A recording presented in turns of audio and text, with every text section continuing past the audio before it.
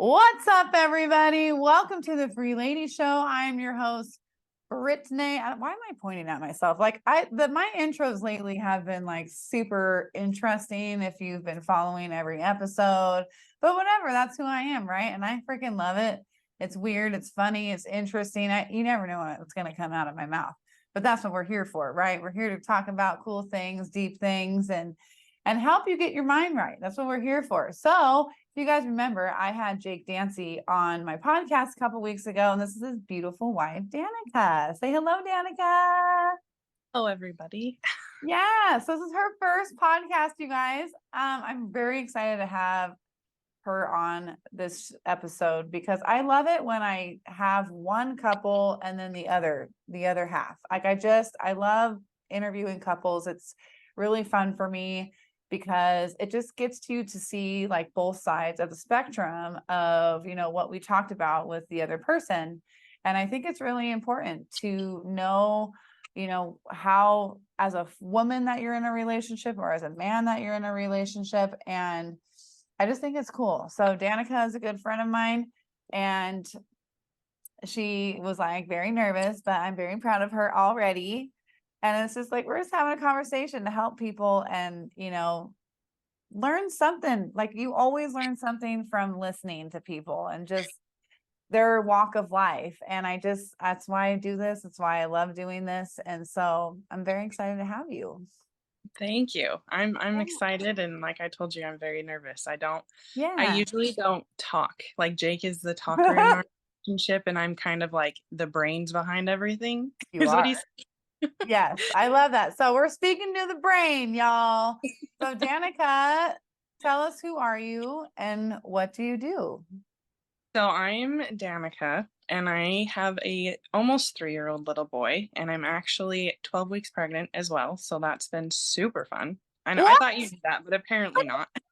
Are you serious Sorry, I thought you knew. right now? No, I didn't know that. Oh my Sorry, gosh, you guys, this is so bring it on amazing. you. Oh my God. Congratulations. Thank you. We're That super is so excited. exciting. Yeah. Do you know the sex yet? Or are you like, No, not yet. So we should know in a couple weeks. Our little boy Barrett keeps saying there's a sister in mama's belly. So I thought it was a boy, but now I'm like, I don't know what it is. So we're yeah. gonna find out in a few weeks Oh, because that's so, we'll see. so exciting. Congratulations. How has it been so far in your first 12 weeks? It sucks. I have been so sick and so tired. And like Oh, the first time, when you don't have any kids, your first pregnancy, like you're tired, but you have that time to just relax and like yeah. go to bed whenever you want to. Right. You know what Right. I mean? When you have a toddler running around, oh my good heavens, I have never been so tired in my life. I can't, like, I don't know how people have done more than this and have Right. more fun running around. Right, dude. My best friend has 6 kids.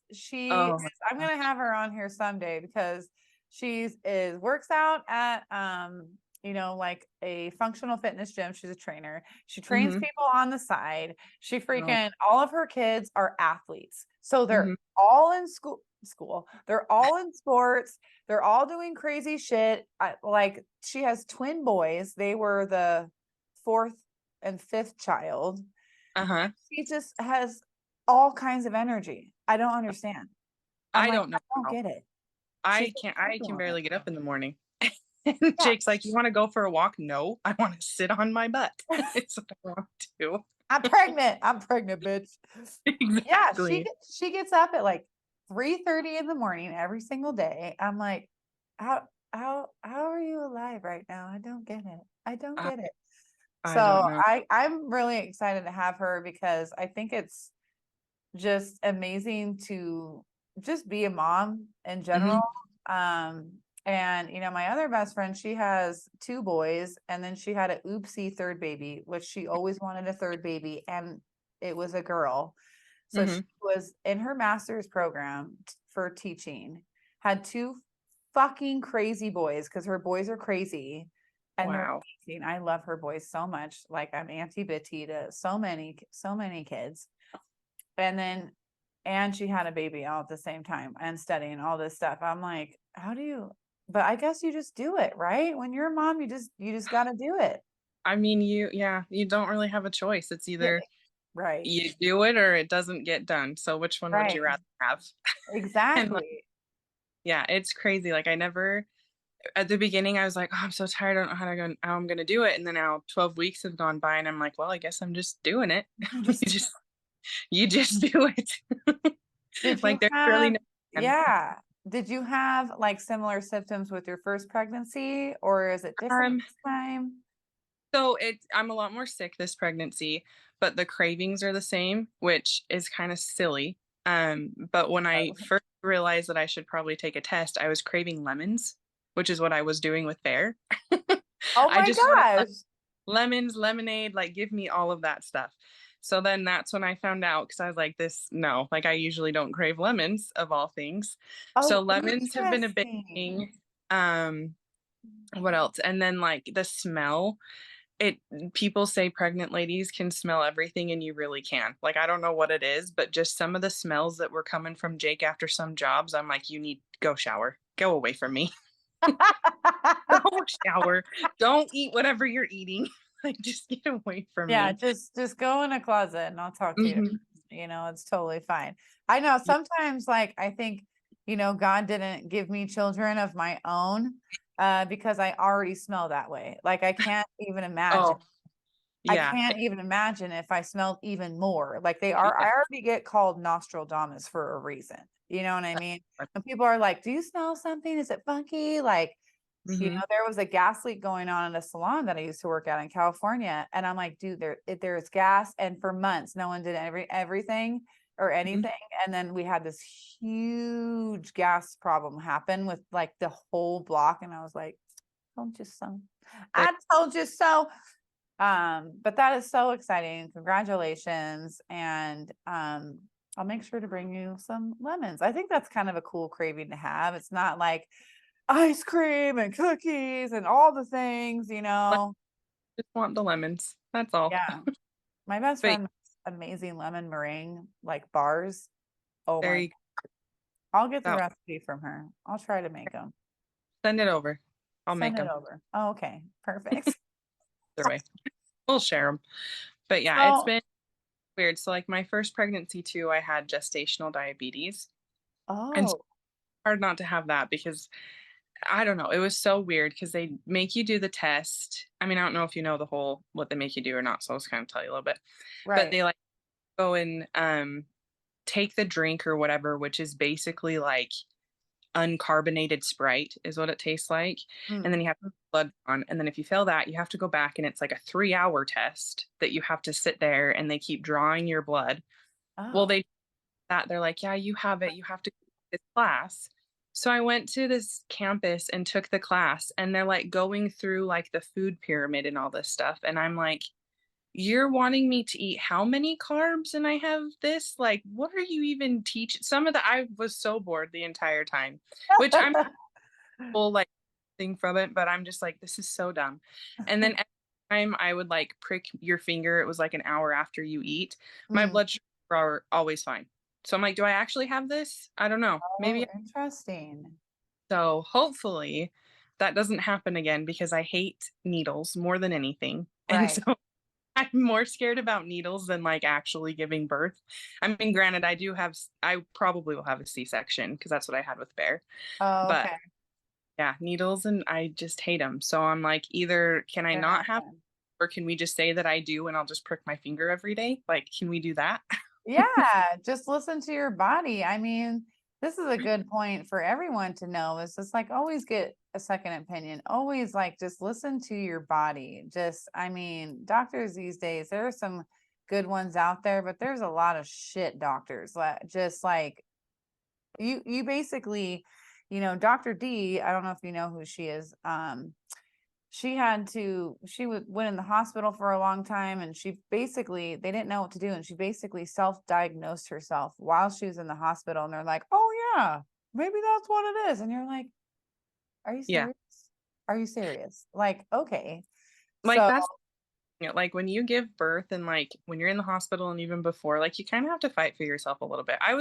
I've been really blessed with the doctor that I have. Uh, He's been great, yeah. but definitely kind of have to stand up for yourself and be like, no, Wow. I want to do this. This is what I'm Right. do. And like when I was having Bear, I was all about trying to have a natural birth and everything. Sure. Sure. But Sure. having is that I had really high blood pressure. So they ended up inducing me early, which I wasn't able to like dilate at all. And Right. so um the doctor just came in and was like, well, we're going to have to do a C-section because your body's not responding. It's getting late and I don't want to have an emergency on our hands. So me and Jake are like, okay, like we trust you. We'll do that with you and everything. But like trying to convince the nurses and everything that I didn't want to have, what is that thing that they put in your back? I forgot what it's called. Epidural. The girl Mhm. was like fighting cats and dogs. I was like, can you I've just heard that. like, I don't want an epidural. I mean, eventually I did have to get one because the pain just got so bad. Right. But trying to fight them off, I was just like, this is ridiculous. Like, Right. why do I 15 times that I don't want one? Right. And if you do it too early, you're fucked. I mean, this is what I've heard. And this is like a common thing that women talk about when they have kids is they literally have to fight the doctors for what they want because they just want to get over like done and done and done. They don't give a shit about how you feel, what your birth plan is. It's like a lot of times when you have a midwife is what I feel like people are just actually having the birth that they want. But, sometimes you don't do that. And sometimes you don't know if there's going to be an emergency. And so, They, hospitals are the best thing for that. But you still want to be cared for the way you want to try to have this baby because it's natural. It's a natural way of life of giving birth naturally. And, some people can't do it, and some people can. It's still a beautiful thing. it Um, is. Yeah, like you were saying, like you have to, because even the aftercare. So like when you have a C-section, they cut your entire body open. Like it's not just this little teeny tiny sliver and they just pop the baby out. Like they're cutting through layers and muscle and tissue and all of this stuff. oh, They sent me home like 3 days later and they're like, hey, you're good, as I have this newborn. And I'm like, what do you mean I'm good to go? Like I can't even stand up for myself. I can't get out of wow. bed for myself. Wow. Like that we have is pathetic, honestly.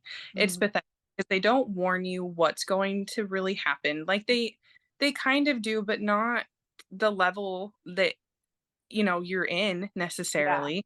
And Yeah. like don't I don't know. It's just like you are never forewarned everything that's going to happen. And it's almost like you get the bare minimum and then you just figure it out. And that's what we've come to expect as women, I Right. think, when it comes to our health, is it's like, here's the bare minimum. Now Hmm. you figure. Dude, that's So so true. it's like, I don't know. I just was so shocked and just like, you're really sending me home. Like, this is a major surgery that I just had. Yeah. Yeah. One. Number two, like, okay, I come and see you in 3 days. And then 6 weeks later, I come again. Well, number one, postpartum depression. I had no idea really what that was. Some people talked about it, but Right. little teeny tiny pamphlet, and then they ask you a couple questions, and that's it. And Wow. like, most people don't even know if they have postpartum depression or not. Right. They Right. don't even know they know some of the signs, but not all of them. The husbands have no idea, or your partner, whoever, has like no idea what to look out for. And so Yeah. you those stories on the news with moms and everything, and it's like, well, why are they not getting the help? Like, why are we not getting the help that we need? Mm-hmm. Why Mm-hmm. are we getting any of the like foreshadowing stuff so that we know what to look for? Why are our partners not being educated to know what to look for? They just kind of send us out and they're like, hey, go and do it. And then we're called super moms, but it's like, hey, well, why would we have to be super moms? Like, why can't we Right. have more care than what is given? Exactly. Exactly. Exactly. I feel like also too that with insurance these days, like I swear to God, people will look at your insurance or how high you are in your insurance bracket, and that's how the kind of care that you get. Hmm. You know what I mean? And it's just like we can go on for days about this because this is not something that just one or two people experience. It's like 90% of what women experience while giving birth, when it's such a beautiful fucking thing. It's natural. Women have been doing it since the day of time. And, Right. to ruin it with, oh, what kind of insurance do you have? Or we're supposed to do this. We have to get him out as fast as possible because we have to make a room for this other person. It's not Exactly. special, I mean, it's special because you see what you and Jake made. Right. You know what I mean? But it's like, it's just awful. And like the dads should be getting educated to look for it, because postpartum is just, it's insane. And sometimes, like you said, women don't know that they have it. Their Yep. partner doesn't know until maybe another female friend comes along and be like, I think you need to, Exactly. talk to so and so about this. Because when you don't understand what postpartum is, it can literally damage you to not showing up for yourself, not showing up as a wife, and not showing up for your baby. Exactly. It's horrible. And like some people think that, oh, well, it happens right after you have the kid. It can happen up to 2 years after you have your Really? and see most people don't know that. I did Most people not know that. don't until I read it. I can't remember where I read it from. So maybe it's not accurate information, but that's where I read it. But I it's like mean, rarely happen right after you give birth. Like it can right, take a few months, a few weeks, a year right, to develop, and you don't know what's going on. And like a lot of moms experience like I don't know what the term is, but rage almost, where they're not necessarily depressed, but they're just angry all the time, all the time. And I was talking to this coworker of mine that I work with, and she was saying, I would just get so angry after I think she had her third baby or something. And she goes, I'd had to go into the closet and just scream. And I'm like, well, I kind of felt that. Like I would get mm, unreasonably just mad over the dumbest things. And it would like scare me to the point that I have to go into my bathroom, lock the bathroom. And right, like, luckily, that's all I really had to experience. And it didn't right. last very, but Okay, people knows that. Nobody's ever heard of that until you start talking to other women and other mothers. And you're like, oh, I've kind of experienced the same thing. Like this is normal.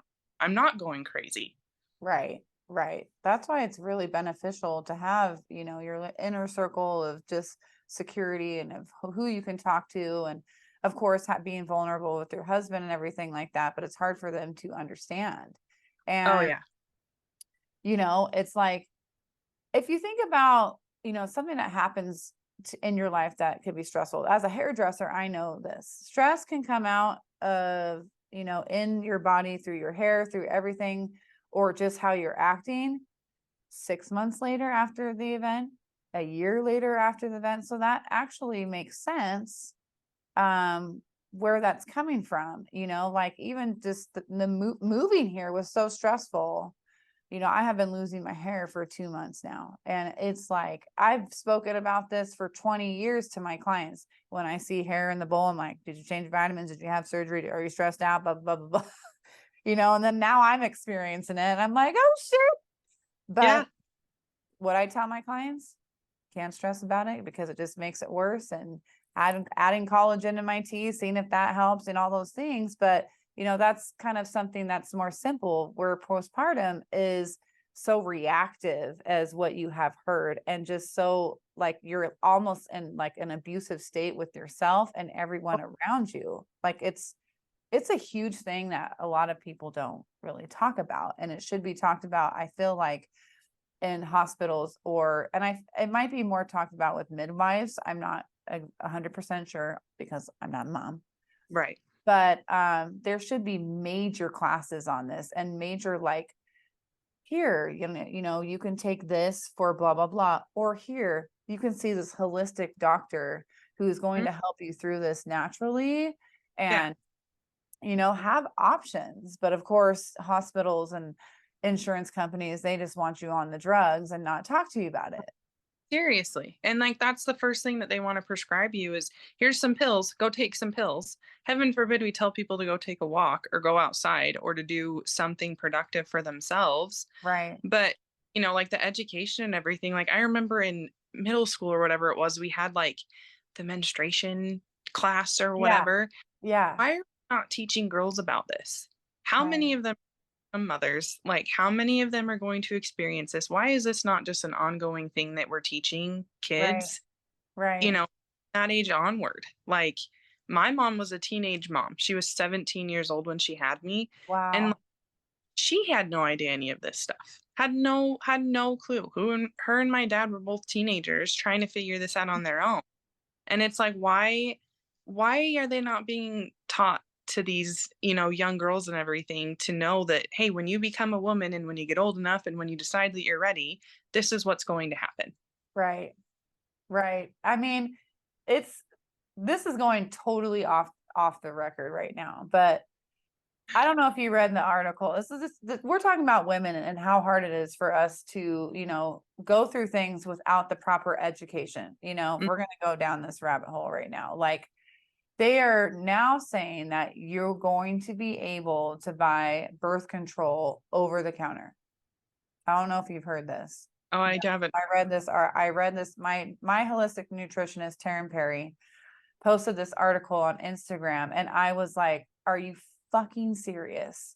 Yeah. Because there were so many times in my life with birth control that I would take this one and I would feel this way, or it would make me crazy. It would make me insane. It would make me do radical, insane things to myself, to the people I'm around. And you're just going to give it off the counter? Are you Yeah. crazy? And this is Yeah. the thing. It's like they're shoving all this bad things into your face, where now it's becoming easier to get. You're just going to F up all these people's minds, their bodies. Like, I didn't really understand that birth control was this bad until I met Taryn. Yeah. They've at least certain people in society, the last 3 years have really talked about how bad birth control can be, even to the point that you pick your partner, a partner that's not right for you, for being on it because of how your hormones react to certain things. It's mind blowing. That's It's crazy. mind blowing. And I've been lucky because I've been on birth control since I was 16 and I haven't felt like I've had Yeah. effects necessarily that I've Mhm. noticed at all. So Right. I've been super lucky on that end. But Right. there have been so many women in my life, my sister-in-law can't stand it. She hates Right. being on hospital, so she has a little whatever that little shot thing is that they Oh, put in there. the Depo shot. I don't remember. She has something else. She doesn't take Yeah. birth control. The Depo shot, I've had the Depo shot. That made me literally insane. I almost drove my car off off a cliff. This is a true story. Not really off a cliff, but like down an embankment. I was driving like 90 miles per hour on like a back road in Ventura with my boyfriend. We were fighting, and I was like Bowser, like fuming from the mouth, like totally ridiculous. I like took the car and I swerved it into like another road. Like it was bad, because like that literally made me feel insane. I See, was insane. and like Oh, you know that. Like people don't even know. And I mean, I'm all for giving, girls options because sure. especially like it's hard to have conversations with your parents and everything, the Yeah, culture and stuff like that. And don't get me wrong, like I'm LDS, I love my religion, all of that stuff, but I also got absolutely. a lot of people around me that their parents weren't super open about it. So Mm, it's like who do they go and talk to? Who do they go and like get the things that they need because they exactly. teach abstinence is the way to go. And it's okay, that's all great and wonderful Sure. in a spiritual sense, but like if it doesn't happen, then what do you do? Like Right. where are kids supposed to go and Right. talk, have a safe place to discuss Right. this? If Right. parents are doing their job at home, which they should be, Hmm. where are they to go and how are they supposed to get these things that they need? Like, I don't know. I just, the way that we have this culture and everything here has always rubbed me the wrong way. And Yeah.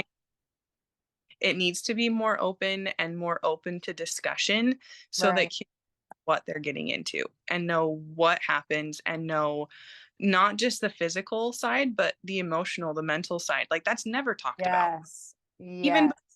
married, that's not talked about. Mm-hmm. I mean, Jake and I have been married for 8 years, and that first year that we were married, I thought we were going to get divorced. Wow, really? All the time because they just don't prepare the emotional and mental side. Right. It is marriage is hard.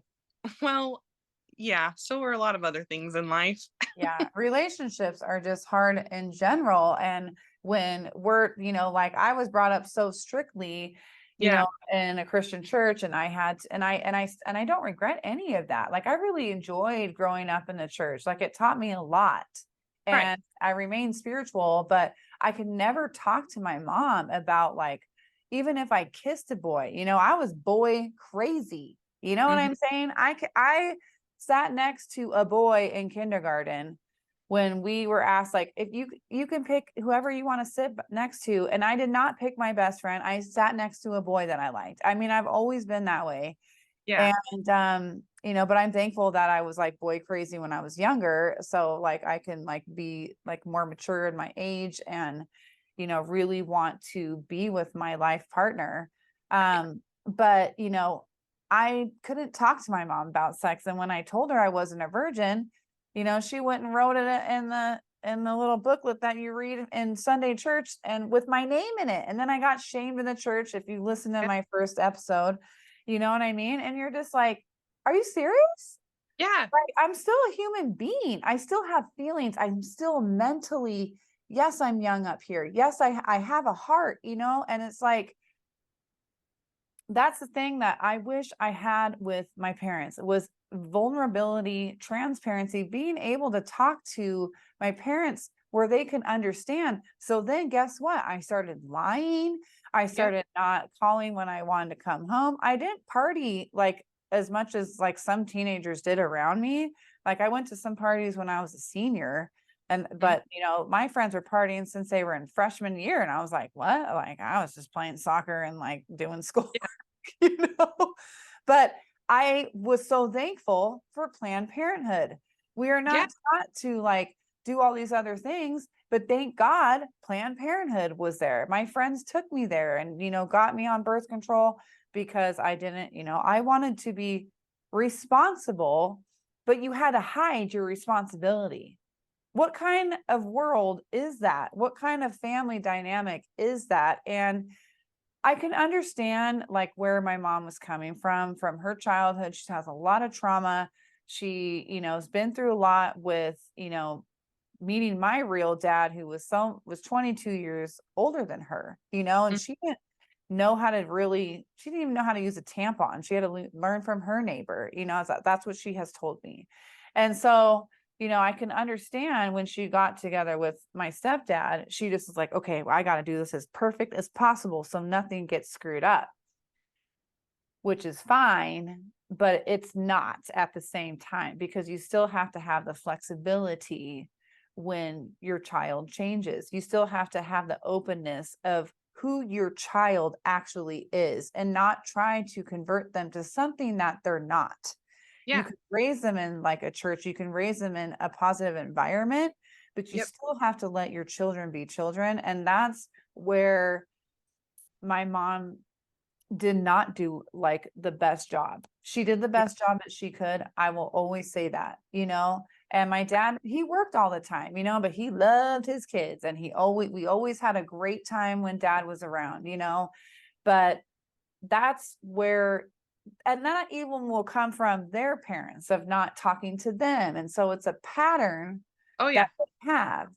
And then we're taught this pattern too. And then we learn about this. Thank God, literally, thank God for the people around us, our religions, or whatever, our coaching groups or whatever, to learn how to, this is actually how you can have your life. You don't have to be programmed from your past to do the same thing yep, in marriage or being a mom or being a dad. It's just crazy. It's yeah. insane. It is, and like, generational trauma or whatever they call it. I Right. know some people don't like to, Ann and Scott don't like to use the word trauma. I think is it them that don't like to use. Yeah, some people, but it's like some people don't like to use the word balance. And I'm just like, whatever works for you, whatever you understand, whatever you know how to, Hmm. say it, you say whatever you want. Yeah. I have talked about that a lot. And like neither one of us, I would say, ever like grew up in homes where we were abused or anything. Like we both had really great childhoods. Like I love my parents so much. But there are definitely some things that they did with me growing up that like I don't want to do with my kids. Sure. I want to change the dynamic. I want to change the way that my kids, not change the way that they think, but like I want them to be able to think for themselves, if that Mhm. makes sense. And like I Absolutely. is like, hey, like, you can go down that path, but this is what typically happens if you go down that path. But I mean, hey, if that's what you're going to choose, that's what you're going to choose. And I'm just here to love you, basically. Right. And like, Absolutely. obviously it depends on their age. Like now Barrett's 3 years old. Like he needs more guidance than a 13. So it's definitely like you change as they get older and like you have to give them more freedom. And like I Right. wouldn't say parents like squashed me by any means or I grew up in this like super strict household because it was strict with some things and it wasn't Sure. strict with, but being the oldest like I definitely had more rules and like was a lot stricter towards me than my younger siblings. And me and my siblings have talked about that. Um Yep. and so there were some things, and like my dad and I are a lot alike, and we're both very stubborn, and we both have our way of doing things. And we fought a lot. But Right. then, flip side, like I played softball all growing up, and he was my softball coach. And so there are some things that I always wanted in a husband that my dad did. But then there are other things that I was like, hey, I don't want that. Yeah. Yeah. Yeah. Around me. Like I said, he coached travel ball with me, so he was with me all the time. That's what I wanted with my kids with Jake. Is it was like I want you to be around our kids all the time. Like I want you to be involved in everything that they're doing, whether you know what to do or not. And I mean, my dad played baseball, but it's not the same. It kind of is, so we kind of Mhm. knew, Yeah. but learned together. And then he was able to coach my sister, and like, you already have that bond with your mom because she's your mom. Right. Things that my mom did that I loved, like her faith. I'm gonna cry. I don't know why I'm gonna cry, Okay. but her Just faith in blame the it on the pregnancy. seriously, but her like, spirituality and the faith that she has, like I've always admired that, and I've always wanted to have that in my life for myself and just be like stalwart, like this is what I believe in, take it or leave it kind of a thing. But then again, like on the flip side, there are other things that I'm like, I don't really want to do that for my kids. Mhm. Like Mhm. I need to change Mhm. that a bit. But raising Bear right now has been challenging, but at the same time, like it's been so fun because I think Jake and I have learned more about ourselves and like the things that we need, Oh, and like how much more patient we need to be, and like how much more kind we need to be, not just to him, but like to each other in our right. marriage. We've talked about like we want Bear and our other kids to grow up in a home where they see that we truly love each other. That Yeah. like even if mom and dad get in an argument, they also see us coming back together. And they're like, okay, it's okay to argue. Right. It's okay to get upset as long as you apologize and as long as you come together again. And so like we Right. tried to do that, and we've really tried to like show him like, hey, you can be mad. It's okay to be mad. Like I'll never tell you it's not, but it's not okay to hit. It's not okay to throw things. Go Right. and be, and then come back and cool down, take a deep breath. I'm really big on deep breaths. I make him take deep breaths all the time. Aw. And just like God. down, and now let's have a discussion. Cause we all know it's easier to talk about things when we're calm than when we're heated. Yes. Oh, yes. I Yeah. mean, for us women too, because like that is such an amazing thing you said about showing your kids, like, yeah, arguments happen, arguments are okay.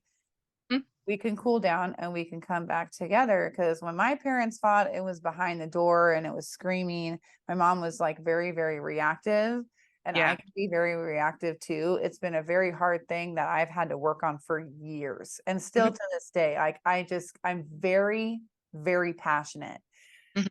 and Daniel's very passionate too. And so it's like definitely something that we also work on together, because I remember my parents fighting, and my mom would be like screaming around the house, like bloody murder, like just crazy shit. And my dad would be like hiding in the corner, or just, I always remember feeling so bad for him Yeah. because my mom was so extreme with how she was yelling, whether Mhm. it was him or her that was, started the argument or whatever. But like, I always felt so bad for my dad. Yeah. And I don't recall like them actually like coming together and talking about it. They would be fine later, maybe, but um it just made a lot of sense when I recognized that, like, oh shit, like I'm being super reactive and I need to like remember to cool off, or remember to think about it. But a lot of times I'll think about what's the root of the problem. I'll think about it overnight. And if I still feel that way, then I share it, and talk about it. But at least it's in a unheated perspective than a high heat, you Right. know? And so Right. that's cool that you recognize that for yourself and how you want to be parents and a couple. Well, because it's interesting because like I remember watching the way that my mom and dad would get mad. And like you were saying, it was like you were very reactionary and like your mom was, that's how my mom is too. Like Mhm. she reacts instantly and like it's over the top sometimes. And she'll admit that too, that it gets Yeah. over the top. And growing up, like that was just what my mom did. Like that was Yeah. normal, right? Right. And my dad, he had a lot more patience, but when he got angry, he got angry. But I never really saw them reconvening. Like I never saw them necessarily Mhm. apologize to each other. Huh. That and so when Jake and I had Bear, I started realizing that like I was really reactionary with some of this stuff. And even though I would calm down in a second, like it still wasn't okay. Where Right. Jake's a lot with some things, but then when he gets riled, like he stays riled for a hot minute. And then like it and I finally came to the realization that, it's okay for Bear to see me do that, but he also needs to see me apologize. He Hmm. needs to come back, and he is like, I think apologies and knowing when you're wrong and not having any pride in that and letting your kids see that you don't have any pride in your emotions necessarily Yeah. are important. And I think that when you become a parent and like when you get in a relationship, you pride to me kind of goes out the window.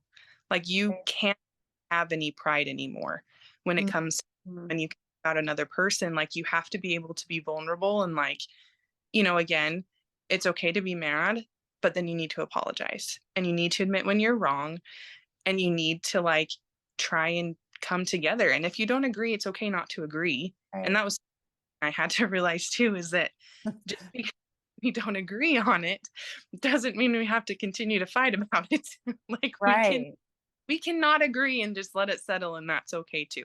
Yeah, that's beautifully said. I love that. I love that. I never, again, probably because I'm not a mom, but I never thought about like, just how kids see you apologize to each other. That is a very, very beautiful thing. And it's a very like important thing to do, especially when you're active. Cause like say my dad was really patient, like super patient. Daniel is so patient. Like I sometimes I'm like, I don't get it. He's so patient. It's so beautiful. But when my dad would get mad, you'd be like, oh shit, it's coming. It's coming. Because he would get so furious, so furious, especially because he works so damn hard. It's like he would get so mad. And it's like if your mom said, I'm gonna tell your dad, you'd be like, oh shit. Please don't. But Daniel, he's so patient and he does the same thing with his girls. Like, if something's going on, he really tries to calm them down where they can talk about it and figure out the root of the problem right away. And he really encouraged them to be free thinkers. And, even when they're at school, he's like, you can be whoever you want. Like if someone's going to ask you about your shirt, like they wear a lot of lines, not cheap stuff. And Hmm. they get questioned all the time. And they're like, this is what I believe, and it's really cool. And he just started, he's got a huge whiteboard where they have all their chores, but he always makes it fun. So he sent me a picture last night of like, do your chores and then draw like your interpretation of a giraffe. Mm-hmm. And like, I'm glad he sent me that picture. I want to frame it. It's so cute. It's just so cute. And then he has them write down 3 things that they're grateful for every single day. Love that. And it's so cool because they're now really, really into it. And Mm-hmm. sometimes they're butt heads and they put sleep, sleep, sleep because they Well, think it's funny, yeah. but whatever. If they want to be funny and silly, that's good as long as they continue to like be grateful. And going back of, seeing your people like apologize. When I was in Colorado, I actually lived with my uncle and aunt, and it was a beautiful experience. I loved living with them. I didn't think I would ever like living with anybody anymore, because I've Yeah. been on my own for so long. And I never like they've probably gotten 3 arguments in the 2 years that I was there. Mm-hmm. And they would always apologize to each other. And I saw that. And I was just like, that's cool. You know what I mean? They always knew how to come together, apologize for what they did. Even though sometimes you might do the same thing, at Mm-hmm. least you're maybe recognizing it sooner and sooner and sooner. And so like I love that you want your kids to be free thinkers. I love that you want to apologize in front of them. And I love what you said is that you can't have an ego anymore when you have your partner, when you're married to somebody, and this kind of gets me on the topic of uh just because so Danika and I are in a relationship coaching group as well. And I wanted to talk about it because I want to talk about it. And one of the things that they said was how like women need to be submissive to their men. And so both of us were like, what does that actually mean? Maybe. And so this word submissive, right, can be, you can take that any which way you want. Mm-hmm. Like, any which way you want. And I asked Daniel, I was like, am I submissive? He's like, no. Yeah. So I talked about it in the coaching group and I said, I asked Dan and they're like, well, you shouldn't be submissive until you're married. And so Danika and I were talking before we started recording this podcast. And what we really think the submissiveness means is that we trust our husbands. Yep. We trust our partner. Yep. And so like, I just thought it was a very interesting conversation that a lot of people had yesterday. And if you guys are listening to this, like have that conversation with your partner, what that actually means, Mm-hmm. because I feel like it's an ebb and flow, like this ebb and flow with your partner where you do things, for your partner, they do things for you, or you go out on adventures because they like doing that kind of stuff. Just being a part of each other's lives is more submission to each other than I think of like, I submit to you. Praise be. I could never. I can be like, don't tell me what to do. Yeah. And I'm just like, but there's also like some women like you and I are very, very strong, independent women. And like, we know what we want. That doesn't mean we need control. Right. This means that our partners need to let us be who we are and vice versa. Yeah. Right. Exactly. Like I told you before, like trust is the biggest thing, is being able to trust Jake that he is going to take care of my family. Because I Yeah. mean, it's not just me that I want him to take care of, because at the end of the day, like I can take care of myself. Like I'm a big girl, like I can take care of myself if I need to. But now we have this little boy that it's like, I have to trust you that you can take care of him, that you can Yeah. take care of and him, and that I can be his mom. And that's all I have to focus on, is being his mom. Right. Where you're his dad, like you're the patriarch of our family. Like I need to trust that you can step into that role and I don't need to question you of it. I Right. mean, when we were first married, like I didn't trust him with that worth a dang at all. I grew up in a family independent women. Like all I have are aunts. All of my uncles are married in. And like they're very independent. They're free thinkers. I didn't even want to get married when I was younger because I was like, no, I'm going to have a career. I don't need to man in my life. Like I'm not going to get married. I'm better than any man out there, like that. My thought process when I was younger. Like who needs a guy in their life? And then Right. I'm like, man, this kid, like, I really like him. Like, let's get married.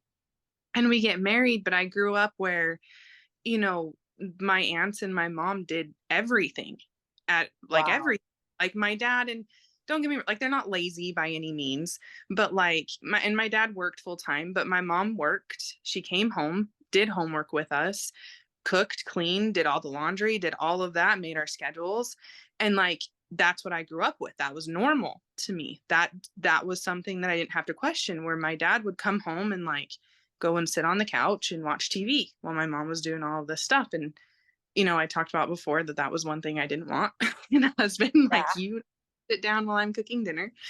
And so having that mindset in that childhood and then getting married, I took over everything. Like I took over our finances. I took over, you know, a lot of the decision making that I shouldn't have. And we Oh, got interesting. yeah, and we got into a lot of fights because of that. But it didn't, like, I wasn't able to have it wrap around my mind that what I was doing was wrong. And what I was doing was actually harming Jake's self-esteem and like harming the way that he looked at himself, Hmm. because I had to relinquish control over this stuff, right? Right. Like, it's slowly been something that I've had to learn in the last 8 years. And really, like, the last 2 or 3 years after we had Bear, that it was like, no, like, I need to be a mom and I need to let Jake be a dad and take care of us. Hmm. And I don't like to use the word submissive just because of the connotation that I have for myself behind it. But Same. it's just like, I have to trust that like Jake can take care of this stuff, that when Jake says he's going to do something, he's going to do it. And I don't get a Right. second guess, you know, Right. something that Jake's had to grow into too. And like, he's had to like help me build that trust with him and everything. But that's kind of what it is it's trusting your partner so that you can, if you have kids, you can focus on your kids and you can focus on taking care of them. You don't have to focus on any of this other stuff. Now, granted, Mhm. in my household, I am still over the finances. My sweet husband could never be over our finances. He would want to. That's okay. He's not, and that's okay. Like, that's his limitation. And that's something that's like I can take over because I'm better at it than he is. And that's okay. Like, I don't Right. mind it, because he also lets me, Saxony said at our women's thing last October, whatever, where she's like, women need to be able to be silly and funny. Like, Yeah. he be that way. He lets me be that way with our kid. He lets me, Jake's never told me no with anything that I've ever wanted to do or wanted or bought for. Oh, And so, like, because he's given me that respect, I have to give him the respect of trusting him. right. That's my 2 cents on it. Yeah, But no, I think that literally that's what we were talking about last night in our relationship call, is where your masculinity role is, where your feminine role is. And I mm, didn't even recognize that until yeah, we were at that women's event in October, where I fully understood that, well, over the years, finding out like, why am I attracting these people? Or, I have to invest more in myself to learn more about myself. And what I was doing in all the other relationships, I was so masculine because I was protecting myself. But we just think that because we're givers, we're lovers, that let us do this. I can do this. I can do this. I can do this. And we take control of over everything. And you yep, don't realize that the man doesn't feel masculine when mhm, you take over all the control. And it's like, we don't even mean to. Like, it's almost, for women in my mind, I wanted to do as much as I could so they can relax. And that was just, my mom was a stay-at-home mom. My mom did everything because right, that was her job and she loved it. She loved being a stay-at-home mom. She loved having babies. She loved like cleaning and like hmm, maybe not cooking so much, but that's a different story. But she did her best. yeah, She can make a good white Mexican enchilada, you know what I mean? So, which I like still love to this day, right? But that's yeah, what she did. Those were the roles that they played because he worked. And so it made sense. But again, I was still brought up in that, where I have a career, but I still wanted to do that. And I had no idea until Mhm. that event. And I also didn't understand that until Daniel and I met, because he just loved me for me, like immediately as friends before we Yeah. got together. Yeah. And when we got together, I realized like, oh man, he really loves, my femininity. He loves that I'm weird. Like that's one of the, like you guys as listeners have heard me say this all the time. The first one of the best compliments he gave me, he's like, don't take this the wrong way, but you're weird as fuck. And I love it. And I was like, yeah, you know what I mean? And so he lets me be so weird and silly. And when I'm around his girls, I don't Mhm. change anything about who I am, what I'm doing, like I do cuss a lot. And so I definitely take down my profanity, but his 11-year-old, man, she's a little sailor. And I think it's hilarious. She doesn't do it in public or like, at school or anything like that. Cause she can't, she's taught not like whatever. If you say that in the house and Daniel's like, I don't know. I don't know, Yeah. but she's an 11-year-old independent boss. Like I love that girl so much. I love all of his kids, but Yeah. because he lets me have that freedom, I don't have to change who I am and I don't have to change who he is because he's a man's man. And I love that about him. And so I feel like the other part of ebbing and flowing in the relationship is really what your roles are. Mhm. And that takes a lot of work. It takes a lot of arguments. It takes a lot Oh, of communication. yep. Like It's a lot of I roll back in the head. like yeah, like what you were saying, like being in your feminine, like with growing up with such strong women, like being feminine was almost, it was never looked down on necessarily, but Mhm. it or like why would you want to be that way when you could like be the boss and be this, and it's so like for me I never really put into words that it was okay to be feminine necessarily, that like it was okay to be Hey, taken care of, that it was okay to like go and do something and be selfish about it because Jake's going to pay for it, and just be like, he's allowed to pay for that, right, things for me. Like, I don't have to just constantly give, like, it's okay to go and take time for myself and to do it right. pretty and to like take care of myself. Like, all of that's okay. Right. Because that makes you feel good. And then that makes you feel confident. And guess what? When you have confidence in the relationship, the whole world is a better place when both people are confident. When they're not, there's sometimes when there's parts of the relationship where you're just not confident, you're not feeling it. And that's when you have to really also, you know, that's when sometimes us women have to be a little bit more masculine, right? We have to let our partner know that they can trust us and lean into us and vice versa. I think that's another hard thing to do in a relationship. I know that's hard for Daniel sometimes, so that he has to lean on me because he feels guilty or he feels bad. And I'm like, lay it on me. And when he does, we break down a lot of walls and a lot of layers of the onion because Hmm. you're just raw. You're just completely raw with who you are. And when you really get that deep, you really understand each other. I mean, communication is everything and it's so hard. Well, It's and it's like hold partner accountable. Like, I've told Jake so many times, like, I don't expect you to like force me to do things, but I do expect you to hold me accountable to things. absolutely And a big thing with that was when he first started, following Sean and everything. And when we would get in arguments before that, and then afterwards, I'd be like, what was going through your head? Like, why do you react this way? And right. it would always tell me, well, I don't know. I don't know why I do that. I don't know. And so finally, Hate that. I got so mad at him, and I finally said, that's no, you are following Sean. If you're supposed to be doing all of these things that he's telling you, that's no longer an excuse.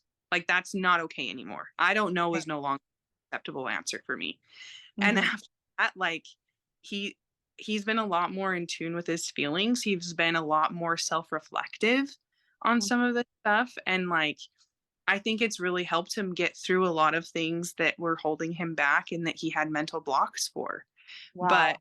if he and I don't want to just pat myself on my back because I know it wasn't just me. But Sure. like, don't hold your partner accountable and you don't, he's trying to do all of these things and, we're paying for him to be in Sean's group and stuff. Like, you need to do it. Like, if you say you're going to do it, you need to do it. If Yeah. you're not, then why are you wasting your time at Right. that point? Like, me holding him accountable to these things that he's putting, money towards, his time towards, is just as important as him holding me to the things that I say that I'm going to do. Right. One of the big things was freaking Vic.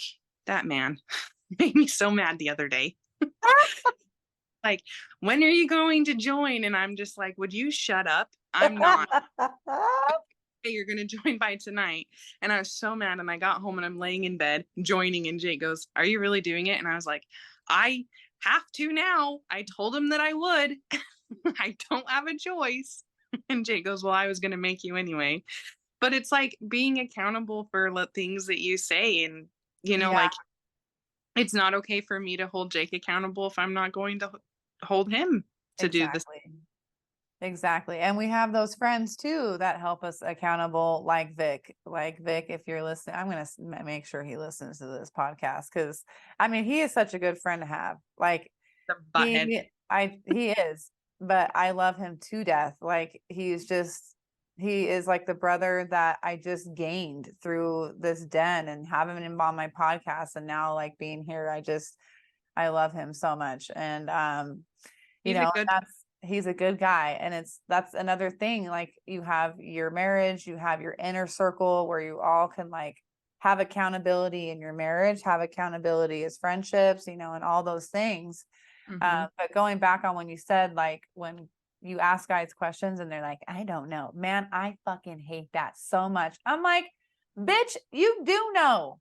I know. You do know. Like, are My you God, kidding me?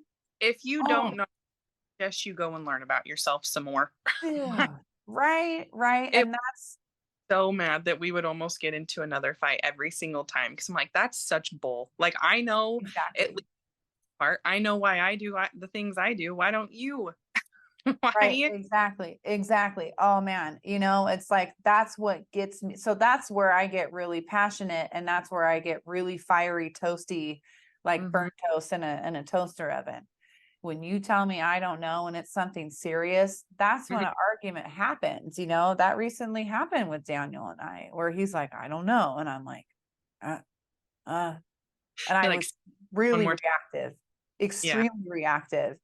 But I also knew that I had to have a lot of patience at that same time. And that was like really hard for me, but I learned a lot. And because I gave patience and just let him figure it out, like eventually he could tell me why. You Yeah. know what I mean? It might Mhm. have taken like a week and a half for him to tell me why, but we got there. And it's such a beautiful thing when you can just kind of like, that's where another thing in why relationships are so hard is because this ego just wants to be like, well, why? Like, that's how I am. I'm like, why? Why? I want to know why. Yeah. Because for me, I have to understand everything. And guess where Mhm. that comes from? Mm. Communication. Oh yeah. No, I'm the same way. I'm just like, like we'll get into arguments and communication is obviously key, but understanding your partner's communication style is even Yes. than just communicating. And like Yes. that's what they don't teach you before you get into a relationship is that there's like 45,000 different communication styles that you have to try and wade through. And then here, I don't know how many there are. There's like 5. But then you have to try and wade through their thought process on your own communication style and the way that they interpret things. Cause like, oh man, for example, when Jake and I get into arguments, and it's like kind of closing. I'm one that like I need physical affection. I need you to give me a hug. I Mm, need mm, my hand. I need you to touch me, like so that I know that we're good so that I can calm down. Jake is the complete opposite. Don't touch him. mm. Don't go near him. Give him his space. Yeah. So hard. Number one, for me to do that, but number two, for him to do that for me. And Yeah. so it's like we have to take turns after we argue to give each other what we need during that time. Yeah. But if we wouldn't have figured that out, like that's one of the things that we fought about when we were first married. Yeah. What kind of a person are you if you can't even give me a hug? Like, why would you go by yourself? And he'd be like, he's so needy. And then I would get all offended and I'm like, I'm not needy. Right. But it's like it's your love and it's your affection and it's the way that you communicate. And that's how I communicate. And then that's how he communicates. Right. But like your upbringing and like, the things that his parents did with him growing up, he'll do sometimes and I'm just like, where is this coming from? Like what in the world? But for him it's normal. And like, Mhm, the mhm, way mhm. up he'll be like, Danica, what are you doing? Like, why would you even think that that's okay? And I'm like, it's I not. don't know. Is that not? I don't Right. know. I thought it was.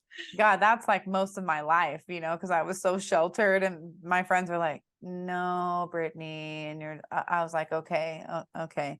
But that's what Yeah. I love that Daniel had been married for 20 years Hmm. because this is something that has consistently kind of brought up, but he also learned about where it was coming from and how he viewed me. So Hmm. there was a time where he's like, we're not communicating correctly. We talk differently. And I'm like, of course we do. We have to figure that out.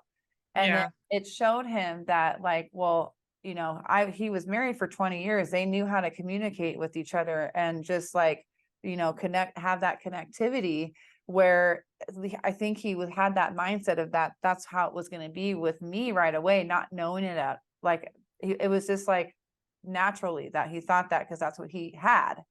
And so when he figured that out, this is just recently, and I was like, oh my God, that makes so much sense. And he's like, I know. And I'm so glad I understood that because this is something that we have to grow into learning our love languages, learning how we speak, learning how we communicate. That is a huge thing, Danica. Like it's something that, you don't recognize or you don't know until you get through all those arguments. And so I'm very blessed that he already understands that and has shown me like, okay, like we really need to learn how to communicate with each other. Like, what do I like? He knows what I need in communication. He also knows that like I need hugs and physical touch and just like Yeah. you do, but we're in a long distance. And so that's hard. Yeah. Um, but there's just definitely things that you can say like I wish I could hug you or like all those things and you're like okay that makes me feel better and it's just it's so interesting Yeah. all these things that we're talking about is definitely how we make our family united Hmm. you But know yeah, like being vulnerable, like you have to be vulnerable enough to be like, hey, like I really want this from you. Where if you're just being prideful and like they should already know oh how, no like you're not helping yourself, number one, you're not helping them. Like right they do need to be guided. Like a lot of times Jake expects me to read his mind. And I'm like, I don't think the way that you do. I don't understand at all. But on the flip side, like I do it to him too. Like oh whenever we all do I expect him to just come up and give me a hug. And he right. finally asked me, and he's like, Danica, when you're mad and grumpy, I want to stay away from you. I'm Like you're like, scary oh, I guess. And so like I've had to voice like when I'm upset, I've had to be like, Jake, can I please just have a hug? Can I please just get a hug from you so I can calm down? And yeah like it's like begrudgingly, but he at least knows like what I right need at that point. But yeah, like knowing your partner is and like understanding almost everything about them is so important. It's funny because Jake took a personality test at one of the jobs that he used to work at. And like I finally figured out after a lot of fights and a lot of years that when I had a problem or there was something that I was getting irritated at, if I came at Jake and I was like, you always do this, you need to do this, and I would say you to him, he would immediately bristle and like get defensive. right And so I learned that I needed to be like, well, we need to do this and like make it a team thing. Then he would be more willing to accept it. So he right takes personality tests, and the first thing like listed under what personality he was like, they're very team oriented. And I was, yeah. There you go. There you go. Yeah, there you go. That's so interesting. But it also is like, I mean, it's just in general, like if that's another thing that takes the masculinity away, though, if like you need to do this and you need to Yep. do this. So I do that all the time because in my mind and in my heart, I truly, really think I'm helping. I Oh yeah. really, really do. And I have to say that all the time. And even as I text Daniel or I talk to Daniel now, it's like, this is coming from my heart. I'm just trying to help you, but maybe you should look at it this way, or maybe we can look at it this way. It's really changing that little verbiage and be like, well, you know what I mean? It's like, it was super funny. Like last night when we were on the call, I don't know if you noticed, he was eating popcorn and then he started eating gummy bears. And like, I'm like, what are you eating now? He's like, gummy bears. And I was like, oh man. I was like, you've been working real hard on your body. Like, just make sure you're doing your little portion control or whatever, whatever. And he's like, well, Wednesdays are popcorn and gummy bears. And I was like, okay, well, a couple weeks ago, you told me because he's studying for real estate, that he's just like studying and just doesn't realize like, oh shit, I ate a whole bag of gummy bears. So because he Yeah. told me that, I was like, remember, you told me this thing. So I'm just trying to like have the accountability of, Yeah. or I'm like, you do what you want, you know what I mean? But I know you're paying for your trainer, you're paying for programming, you're doing all these things. And that's where another accountability little fire off in my brain Right. goes. Like, Yeah. I love gummy bears too. Are you kidding me? Like, Right. oh my God. And so it was just a really funny thing we were talking about last night, but it's just, you can come so far with how you communicate, Mhm. knowing each other's love languages, knowing each other's like what their language is, what they need at that time, like just asking for a hug. I know I've done that in the past, you know what I mean? And I fucking hate, like, I have to ask for a hug. I Like, why don't they know that? But they yeah, don't. they it doesn't They even cross don't. my mind that that would even be something that I would need from him in that moment. Right. And like even it's still so hard for me when I'm caught up in like feeling irritated and angry to stop and ask for that.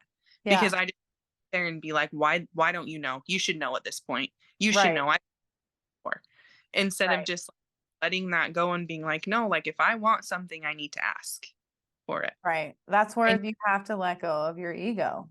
mhm.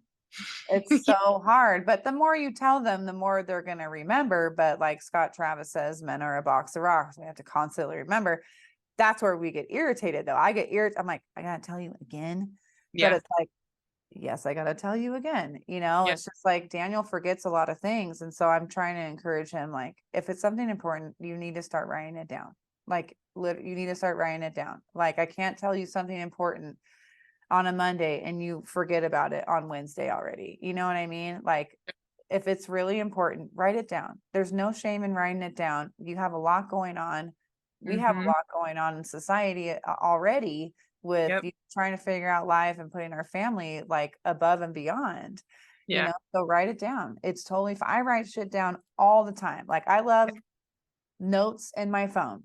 yep, I I have so many notes in my phone, and I constantly, like, if I think about something for a podcast, if I think about something I want to say to Daniel, think about whatever, I write it down. I have no shame in doing that. But that yeah, just helps me articulate, is that the right thing to say? Or, is that what I really want to talk about? Is that really how I'm feeling? And so um it's just really important to understand your partner and have to be willing to understand your partner, have to want to show up for your partner, because the ego can get in the way like so many times. And like with guys, they're like, if you're mad, like, what do guys like? They like space. Like, just give me space. Daniel says the same thing, just give me space. yep, But sometimes you have to understand, what does that, like, this is for me, like, what does that mean? What yep, does space look like to you? And so what we've also understood in our relationship, because it's so new, is like having clarity of what you actually want and what you actually need.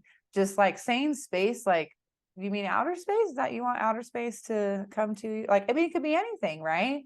So I yeah, feel like also having clarity in your conversations of exactly what you want, exactly what you need, is mhm, you have a more understanding. And with the understanding also comes with, you get respect. yep. Well, yeah, and like you have to give them that, you know, that safe space to be able to do what they need to do. Mm. Like when Jake needs space, sometimes that means he has to go on a drive. And like when we were first married, that was so hard for me to be okay with that. And like to me, when I tell him I need space, that means that I want to be in the same place as you. I just don't want you to talk to me right now, you I just know? want you to pet my hair. Yeah, like Just pet my hair. but me, like, that's what space was. Where for him, like, no, I need to get out of this. I need to leave.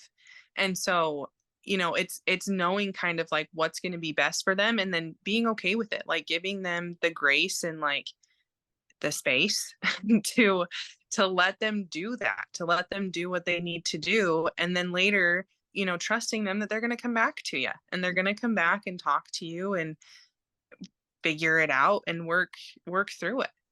Yeah. That's so beautiful, and these are like all these things. I hope you guys are writing down notes, audience, of like all these little nuggets of, what it takes to be in a relationship. And of course, like, I don't know everything still. Of course I don't. I'm not married yet. I've never been married. Danika has 8 years. Our friends Scott and Ann, who have the relationship coaching podcast, they've been married for 36 years. So they know more tools and tips. And that's why we're in it and learning and just, getting that ground level zero now instead of like trying to get it later. And Yeah. so, we've learned a lot. You've learned a lot through the 8 years of being married. And so these are all important things that are so overlooked. Yep. So overlooked with, being a mom, being a wife, and being a mother. And just like I just said, that I said mom and mother, oh, that's fine. I Being mean, a sister, it's just, yeah. it takes a lot of work to really hold tight to the relationships, but the other Yep. people have to be willing as well. So I think these are really good things that we talked about. We were all over the place, but not at the same time. Like it was all like, I It was think, a curved line, but we yeah. got that we needed to get to. Yeah, I love this conversation. I can talk about relationships all day long. I really can. Even though, again, yeah, I've never been married, but I've been in a lot of relationships. I've learned so much about myself because of those relationships. I've learned how to be in better relationships because of those relationships. So it's my favorite thing to talk about. It really is, Yeah. because it's so hard, but also so rewarding. It's so worth it to be in tune with your relationships, which are your friends, your family, and especially your life partner. Like it's a beautiful thing to be in harmony. And if we could nail down all these tools that, we talked about, you can be in more harmony than darkness. Right. Yep. I'm Yeah. there. Yeah. Hopefully. You can learn the easy way. It's a lot better than the hard way.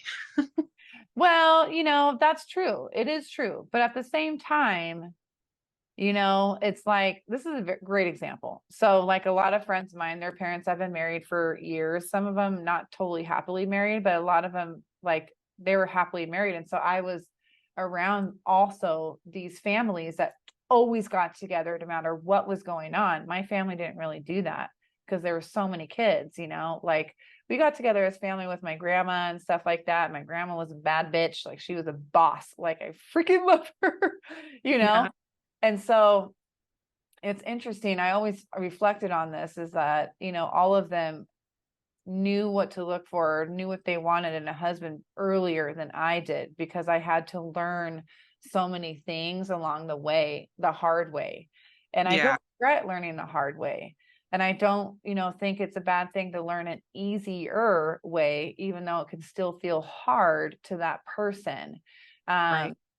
I think it's just acknowledging the lessons that you have to keep in your little toolbox, you know what I mean? And understanding, who you are as a person, and really coming down to, do you love yourself? Do you love yourself?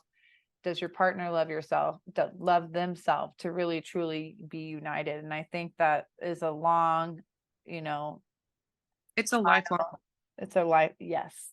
like you're not all of a sudden gonna wake up one day and be like, man, I'm good. I'm good. Like, it's gonna take you till you die, unfortunately, but also fortunately, because I think there's a lot of beautiful things that you learn too along. Yeah. And I mean, think of how much you changed. Like I've changed so much since I was in my, early 20s, and I'm sure you've changed too. And even though I love that person that I was before, I don't know if I'd necessarily go back to that same person either. And I'm Right. sure when I'm back here when I'm 40 and 50, I'd feel the same way. So I Yeah. think it's being in the moment and finding your peace in the moment and like recognizing there are things that you need to work on, but also loving what you're doing right then too. Absolutely. Being present in the moment, like if anything we can do in life more is be present. And I mean, in your 20s, you change just as much as you change your freaking underwear, man. It's like, I did a client today. She just turned 21 and she's engaged. And I was like, damn, baby, it's like, just make sure you communicate with your partner because you change so much and you You. continue to change forever, forever. Hmm. And but you just kind of settle in more and you just settle in more. Like I did not like myself in my 20s. Like I Hmm. don't ever want to go back there ever, ever, ever. But I appreciate it. I honor that person Yeah. and I just look at it in the rear view mirror. Yep. So Yeah. um And I mean, it's fun too because I mean, Jake and I were married when we were 20 and 21, yeah, and was it hard as hell? Yeah. Would it have been easier when we were 30? Probably. Who's to say? maybe. Who's to No. say? But like we can look back and like we literally grew up together and we found who we were, and we found out how to love ourselves together, Yeah, which I love that about our relationship is that yeah, we're growing into the people that we need to be, and we've been able to see each other through almost every phase in our life that way. yeah. So cool. That's so cool. Well, I am just so excited that baby number 2 is going to be on the way. Um, so excited. I love kids so much. So I need to like come over and just snuggle everybody all the time. Which Okay. we need to plan that soon. And I'm just excited for you. I'm really happy to hear this beautiful journey that you and Jake have been on. And now, Jake's like doing all these things that he said he's doing and you're supporting him and vice versa. It's just a really cool thing to watch you guys grow into this and you guys should be really proud of yourselves. I love you both very, very, very much. And I'm so excited for what the future holds. So thank you for sharing, your insight of like being a mom and being a wife. Like, I really appreciate this conversation and I really hope that it helps women out there seeing the other side of the coin, and just embracing who we are as women and who we are as a mom and a wife and a friend. So Yeah. thank you. Yeah. Yeah. Thank you. It wasn't as scary as I thought it was. Right? It's really fun, man. Like the thing, like I always just say, like in my mind, it's just like, God, just speak through me and speak through Hmm. my guests, because whatever you guys as an audience needs to hear will come out of through our conversation. And that's why everything I do is unscripted, because I truly believe that the message we're supposed to talk about is what we're supposed to talk about. And I think this conversation was fabulous. So thank you. Thank you. Yeah. So you guys, hope you guys have a good Monday, kick ass on your Monday. If you guys want to reach out and ask Danika more questions about being pregnant, having a C-section, being a wife, being a working mom as well, reach out to her on Instagram. I will have her information in the Dropbox below or in the podcast details. So anything else that you guys want to ask us, reach out. Don't be afraid. Ask questions. It's the most important thing you can do is ask questions and have conversations. So y'all have a good night and we'll see you next week. Bye, Danica. Bye. See you later.